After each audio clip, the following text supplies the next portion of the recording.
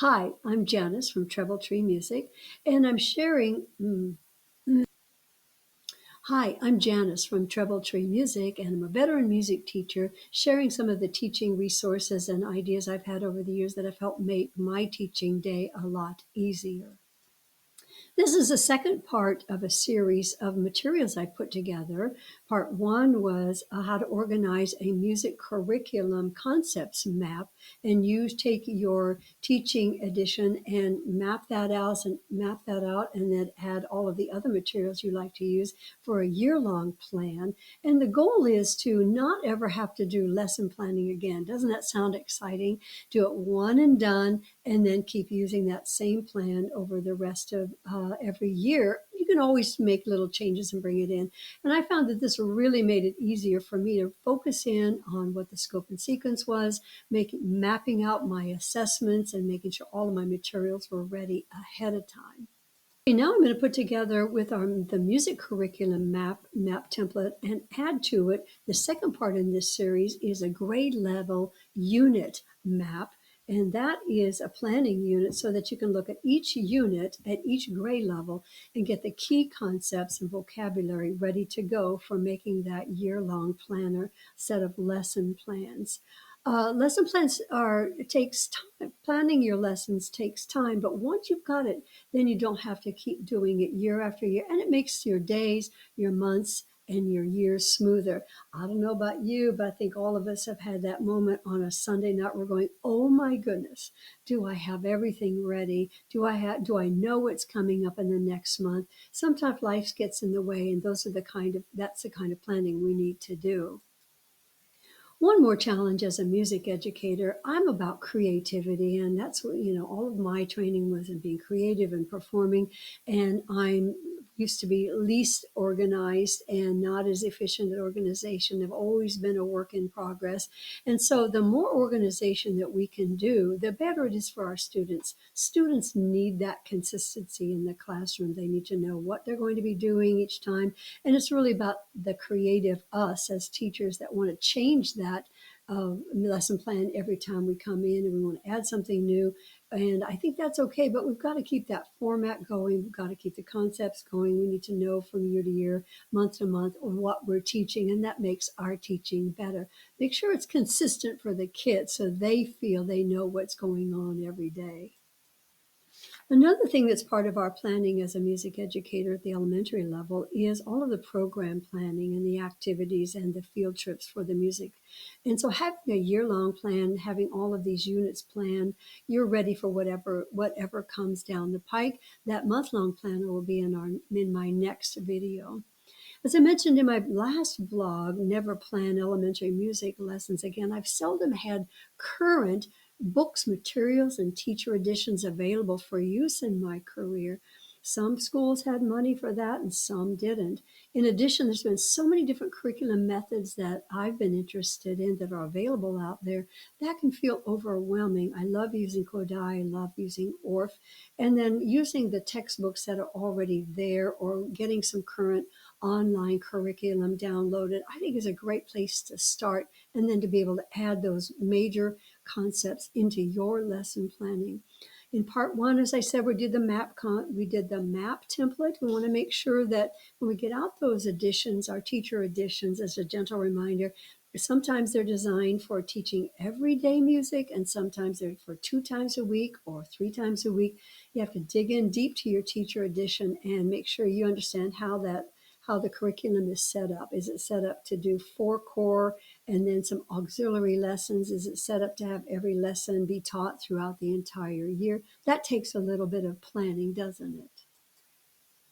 All right, let's get started. I want to give you a heads up that doing this grade level unit planning probably will take about 7 to 8 hours. I think once you get into it, you'll get the groove, and you're going to want to have your mapping correct concepts out ready to go. And when you fill out the level unit planning, you're just going to do the key concepts, more detailed vocabulary words, and then a few of the songs that you're going to want to add the objectives. You're going to want to add the listening examples, songs that are already listed, activities already listed, and fill in as much as you can. Don't go into too much detail at this point. Just get a couple of the key elements. We can't teach everything in those lesson plans. They're usually way overloaded with things, and we don't teach. May not have time to teach all the auxiliary lessons, but identify which ones that you want to do. This is the great time to also pull in all of the other things that you really want to have them learn that is in your arsenal of great lesson things and activities. So number one thing you're going to want to do is to download the resource. So you can either do a paper pencil download, or you can do it's a digital format. You can do it right at Google Sheets. Review the how-to page. So I have a real detailed go-to on that how-to.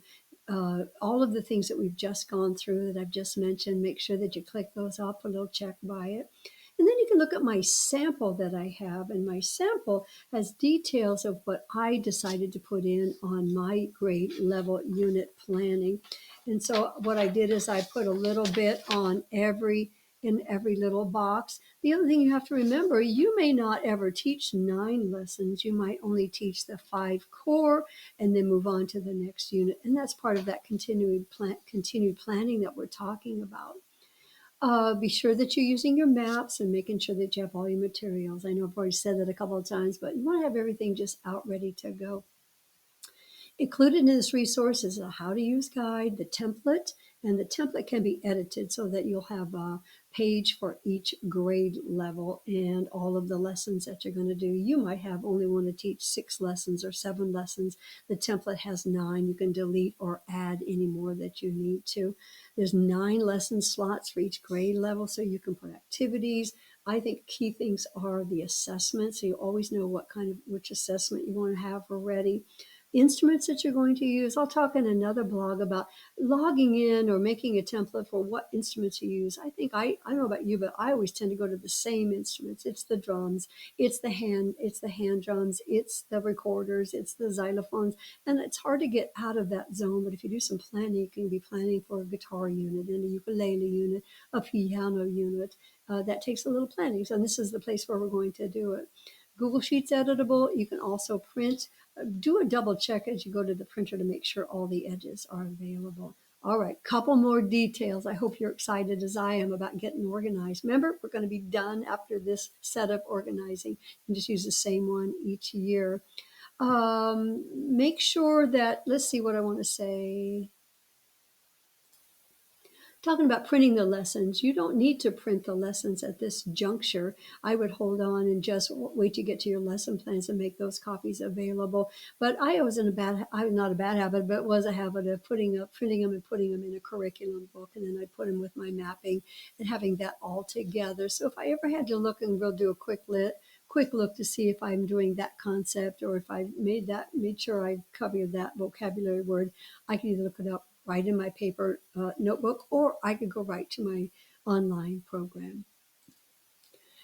At the bottom of this, in this blog, go ahead and troubletreemusic.com. You'll find a blog and a printed version of what we're talking about. Be sure to look for the next in the series of resources. So far, we've talked about curriculum mapping, and this one is unit planning.